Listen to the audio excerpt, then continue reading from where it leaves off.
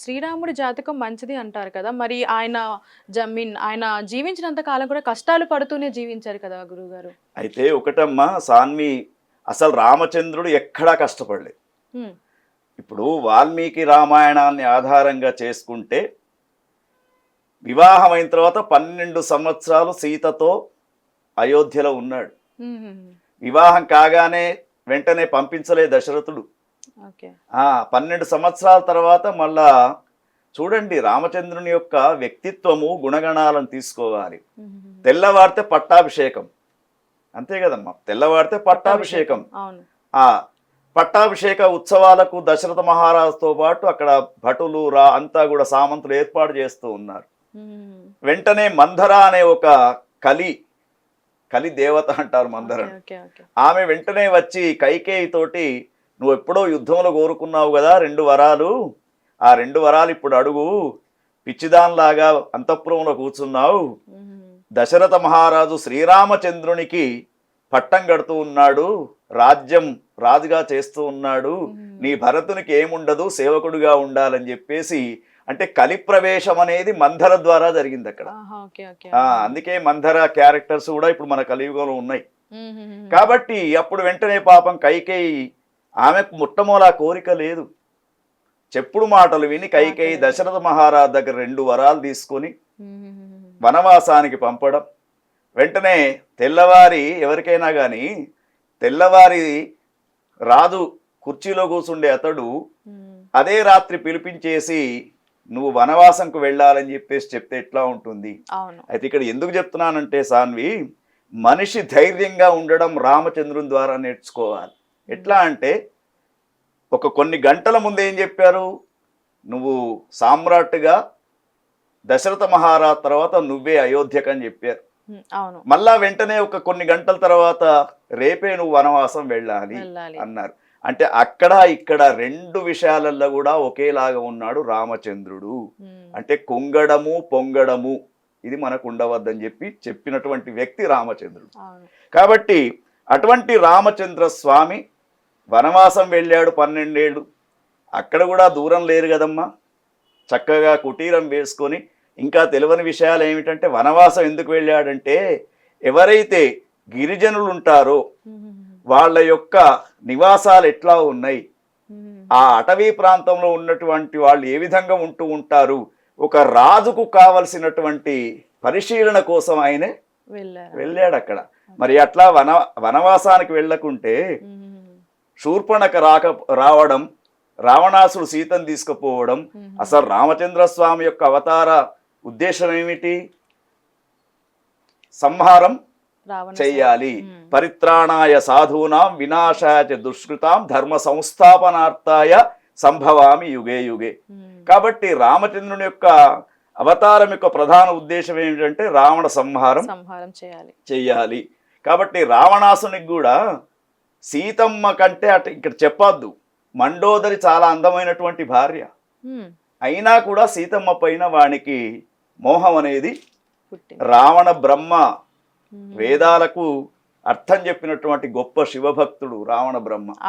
కాబట్టి అటువంటి ఆయన, అందుకే సీతామాత ద్వారా రాజ్యం పోయింది, అన్నీ కూడా పోయింది. చివరికి రావణాసుడు యుద్ధభూమిలో చనిపోయిన తర్వాత మండోదరికి వార్త తెలుస్తుందమ్మా.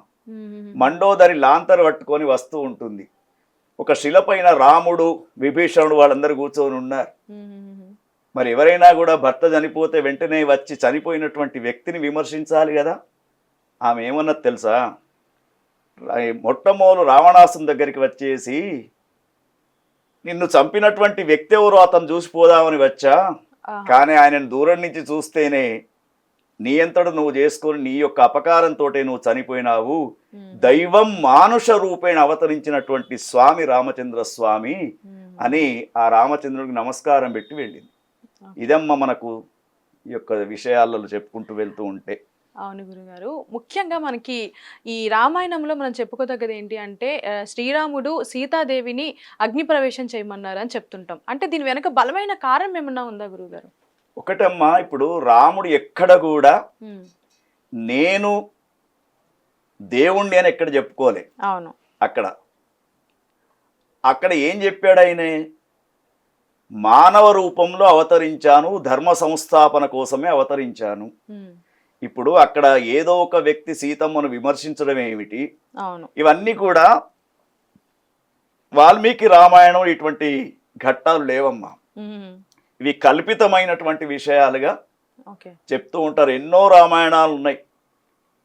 రామాయణ కల్పవృక్షం, తర్వాత మొల్ల రామాయణం, ఇటువంటి ఎన్నో రామాయణాలలో ముఖ్యంగా ఉత్తరప్రదేశ్లో ఉన్నటువంటి రామ్ చరిత మానస్ తులసీదాస్ గారు రాసినటువంటిది. కాబట్టి ఒక్కొక్క రామాయణంలో ఒక్కొక్క రకంగా మనకు కనబడుతూ ఉంది. కానీ రామచంద్రుడు అక్కడ చేసింది ఏమిటంటే, ప్రజా పరిపాలకుడు ఎటువంటి నింద వచ్చినా కూడా ఆ నిందను మోయకూడదు. అందుకనే సీతామాతకు వచ్చినటువంటి ఆ యొక్క నిందను అగ్ని ప్రవేశం చేయించి ఆమె ఎటువంటి తప్పు చేయలేదని చెప్పేసి నిరూపించుకుంది. అంతే. అక్కడ అంటే దీని వెనక ఇంకేమన్నా కారణం లేదంటారా? ఏం లేదమ్మా, కల్పితమైనటువంటి విషయాలు చెప్తూ ఉంటారు. ఓకే. అలాగే గురుగారు, మన శ్రీరాముడు తండ్రి మాట జవదాటని కుమారుడు అంటారు. మరి అలాంటి శ్రీరాముడు తండ్రి చనిపోయిన తర్వాత పితృకార్యం చేయలేదు అంటే దీని వెనక కారణం ఏంటి? అడవిలో ఉన్నారు కాబట్టి చేయలేదా, లేదంటే శిక్షగా భావించి చేయలేదా? అయితే ఇది ఏదైతే ఇప్పుడు ఇంతకుముందు మనం చెప్పుకున్నట్టు కైకేయి కోరినటువంటి వరాలు, 2 వరాల్లో భాగంగానే వనవాసం యొక్క నియమాలు ఉంటాయి. వనవాసంలో ఉన్నప్పుడు అసలు రామచంద్రునికి వార్త కూడా తెలియదు. తండ్రి చనిపోయినటువంటి వార్త కూడా తెలియదు. తర్వాత తెలుస్తూ ఉంటుంది. తర్వాత తెలిసిన తర్వాత అక్కడ ఉన్నటువంటి ఫలాలతోటి వాటితోటి తండ్రికి చేస్తాడు. ఎందుకంటే పితృదోషం అనేది ఉంటుంది. అది రాకుండా రామచంద్ర స్వామి చేసినట్టు కొన్ని పురాణాలు చెప్తూ ఉన్నాయి. అయితే ఇక్కడ దశరథుడు చనిపోయినటువంటి విధానం చూస్తే రామ రామ రామ అంటూ ఆయన చనిపోయినాడు. అంటే రామునికి తెలియదా? తెలుసు. కానీ ధర్మాన్ని పాటించే వ్యక్తిగా ఉన్నాడు కాబట్టి అక్కడ పిండ ప్రదానం చేయడం కానీ చేసినట్టు కూడా కొన్ని పురాణాలలో ఉన్నాయి. సరయూ నది దగ్గర చేసినట్టు కొన్ని ప్రాంతాలలో చెప్తూ ఉంటారు. అది. అలాగే మనకి శ్రీరామనవమి రోజు ముందుగా ప్రసాదం కోసం మాట్లాడుకుంటే గురుగారు ఎక్కువగా పానకం అలాగే వడపప్పు తినాలి పెట్టాలి అంటారు కదా. అంటే ఎందుకు ఆరండే? అంటే దాని వెనక కారణం ఏమైనా ఉందంటారా? చాలా చక్కని ప్రశ్న అమ్మా. ఎందుకంటే మన భారతీయ సనాతన సంప్రదాయంలో ఏ పండుగనైనా చూడండి మీరు. ఇప్పుడు ఉదాహరణకు వినాయక చవితి ఉందనుకోండి, వినాయకునికి ఏం పెడతారమ్మా? లడ్డు, మోదకలు పెడతారు. మనకిష్టమైనవి మనం ప్రసాదం పెట్టి మనం తినడానికి చేస్తున్నాం. అంతేగాని లెక్క ప్రకారంగా ఆ భాద్రపద మాసములో ఋతువులలో జీర్ణక్రియ పనిచేయదు. అందుకని నూనె పదార్థాలు లేకుండా అన్ని పచ్చి పదార్థాలే పెట్టుమని వినాయకుడు కోరుకున్నాడు. అది మన కోసం. ఇక్కడ వేసవి తాపం, చైత్రమాసంలో మనకు ఎండలు మండిపోతూ ఉంటాయి.